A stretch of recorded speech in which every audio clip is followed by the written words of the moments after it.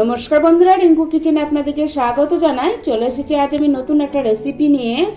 আজ আমি মাছের ডিম দিয়ে দুর্দান্ত স্বাদের একটা রেসিপি বানিয়ে দেখাবো।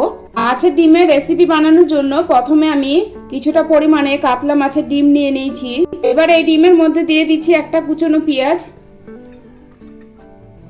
দুটো কাঁচা লঙ্কা কুচি, অল্প একটু ধনেপাতা কুচি, 1 চামচ মতো বেসন, হাফ চামচের মতো আদা রসুনের পেস্ট, হাফ চামচের একটু কম হলুদ গুঁড়ো, 1 চামচ গরম মশলা গুঁড়ো, স্বাদ অনুসারে লবণ। এবার সব উপকরণগুলো হাত দিয়ে ভালোভাবে মেখে নিব। ডিমের সাথে সমস্ত উপকরণ হাত দিয়ে খুব ভালোভাবে মেখে নিলাম। ডিমের বড়াগুলো ভাজার জন্য আগে থেকে আমি তেলটা গরম হতে বসিয়ে দিয়েছিলাম। তেলটা গরম হয়ে গেছে। এবার অল্প অল্প করে এই তেলের মধ্যে বড়াগুলো ছেড়ে দিব। একসাথে সব বড়াগুলো ভাজবো না, দুবারে ভেজে নিব। গ্যাসের ফ্লেমটা লো টু মিডিয়ামে করে বড়াগুলো ভাজতে হবে।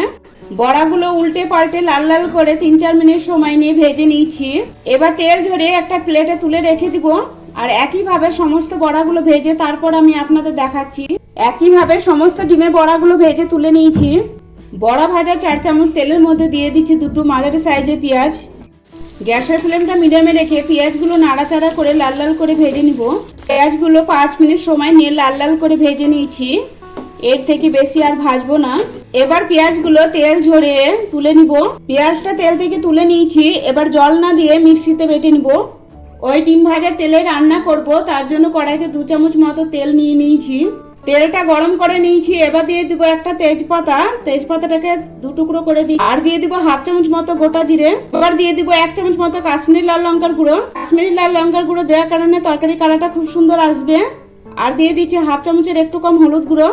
এবার নাড়াচাড়া করে একটু মিশিয়ে নিব। দিয়ে দিচ্ছি হাফ চামচ মতো আদা রসুনের পেস্ট। আবারও ভালোভাবে মিশিয়ে নিব। এবার দিয়ে দিব একটা টমেটো পেস্ট। টমেটো পেস্ট দেওয়ার পর মশলার সাথে ভালোভাবে মিশিয়ে নিব।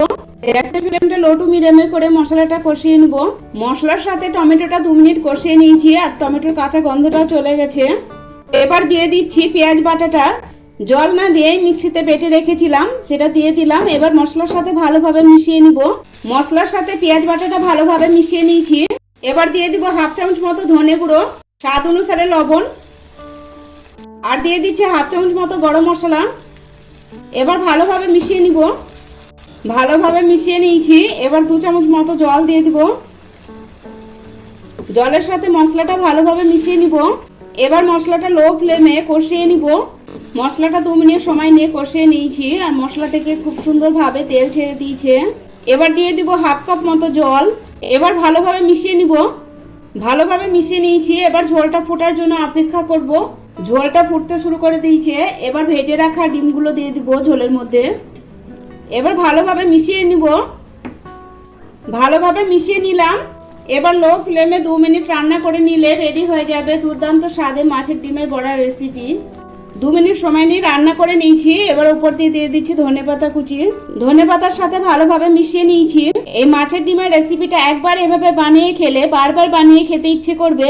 এবার একটা প্লেটে সার্ভ করে দিচ্ছি। ভিডিওটা ভালো লাগলে অবশ্যই লাইক করবেন, বেশি বেশি করে শেয়ার করবেন। আমার চ্যানেলটা সাবস্ক্রাইব করা না থাকলে আমার চ্যানেলটা সাবস্ক্রাইব করার অনুরোধ রইল।